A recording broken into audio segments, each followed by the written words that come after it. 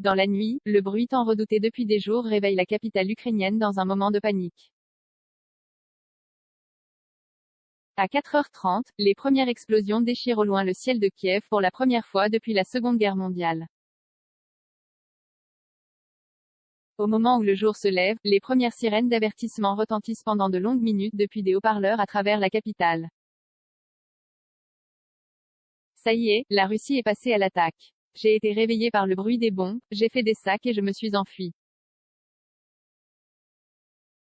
Accroupie en état de choc sur le sol du métro où elle a trouvé refuge, Maria Kashkovska, 29 ans, entrepreneuse, veut rester prête à toutes les éventualités. Au balcon, des regards inquiets et des questions sans réponse pendant de longues minutes. Est-ce un raid aérien? Des explosions? Quelles sont les cibles touchées? Sirènes partout, sécurité nulle part. Une heure après ce réveil en panique, personne ne sait, aucune information sur l'origine ou la cible de ces explosions dans ou autour de la capitale ne filtre. Sans attendre de savoir, les habitants de Kiev prennent la route.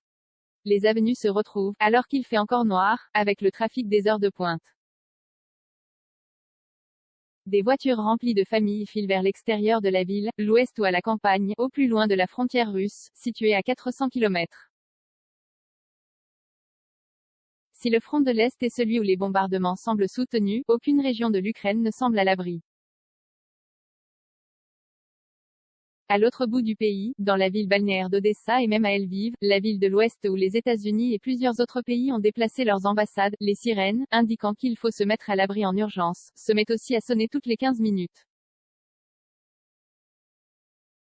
Fuir pour sauver nos vies, et appel au calme, gardez votre calme, écrit sur Twitter le ministre de la Défense, Oleksiy Reznikov.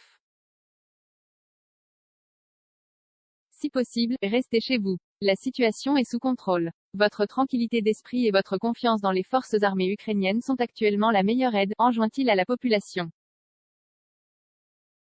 Devant la station de métro de la place Maïdan, au centre de Kiev, une femme tente de faire taire les hurlements de son chat, jeté à la va-vite dans un sac à dos.